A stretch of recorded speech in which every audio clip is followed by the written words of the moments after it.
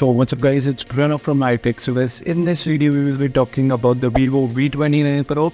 There are two variants, the Vivo V29 and this is the Vivo V29 Pro. This is packing more of a specification than that. So let's talk about this phone. It will be having 6.78 inches of screen and it will be having AMOLED display with 120 Hz of refresh rate. After that, in the phone you will be able to see 2500 of nits of peak brightness, which is best and far more higher than any of the devices that have given the peak brightness. So it's even better than the iPhones because it is having 2500 of peak brightness, which isn't provided in any of the other phones. So it's higher than any of the other phones. Display wise, it is one of the best.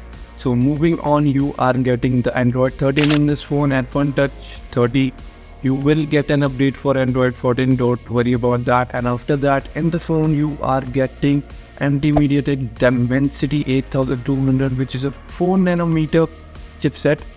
But if you see, this chipset is also provided under 28,000, which phone is having. It's an iQOO Neo 7 phone. This phone is also having the same processor.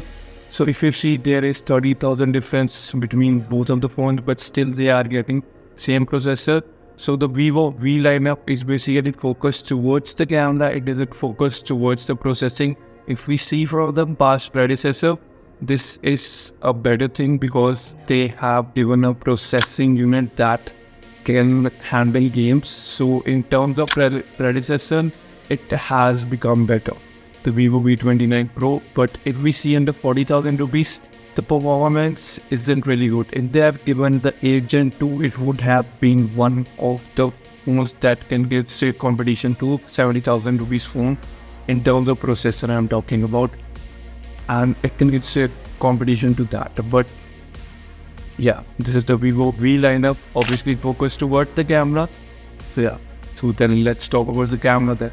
So it is having 50 megapixel of Sony IMX666 camera, which is one of the amazing cameras. Sony is one of the companies, #1 company to feature and provide one of the quality cameras. So if you see any of the phone which is having Sony's camera, automatically saying then this phone is one of the best for camera purposes. See it works with this phone, one of the best with cameras. It is a wide angle camera, 50 megapixel.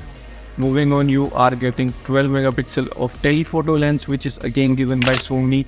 It is then Sony IMX668 camera, which again really a great thing. 2 cameras by Sony is one of the good thing about this phone. Camera wise, this is one of the best. Say it give competition to 60 to 70,000 rupees phone.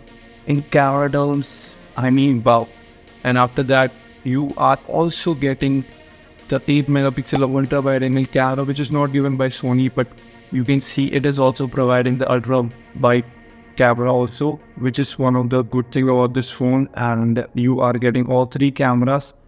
And this phone, camera wise, one of the best. It can record 4K at 30 and 60 FPS from the rear side. On the front side, you are again getting 50 megapixel of camera, and which is one of the things that is need to be considered. If you see 60, 70 and 80,000 rupees phone and even 90,000 rupees phone, none of them is featuring front camera that is providing this much resolution. So if we see that, this is one of the great thing about this phone. And but if we see the video resolution, it is providing 1080p at 30 fps only. But if you see picture quality and overall, it is best. It is the best selfie camera. But if they have given more resolution, it would have been better. Coming out to its battery, it is having 4600 mAh of battery, which is a little low. They have provided 5000 mAh. I would have seen its future. Like this phone would have crushed every phone, even under 70,000 rupees. Like this one is right now crushing 50,000, 60,000 rupees phone if we see in camera terms. But it would have crushed every phone in other aspects also. But till now, it's only doing that. So battery terms, little bit of, you can see that I'm a little bit disappointed, but it's okay. And the battery is good, 7 to 8 hours, no problem. So it is also having 80 watt of fast charge, which is again really good thing. You will get it for 39,999. Round figure 40,000, you will get it for 40,000 rupees. And basically this is one of the great phones for camera purposes. If you are looking for gaming device, don't go for this. Go for the iQOO Neo 7 Pro. That's best for gaming, best for performance. Go for that. If you are looking for camera centric phone, this is the best phone.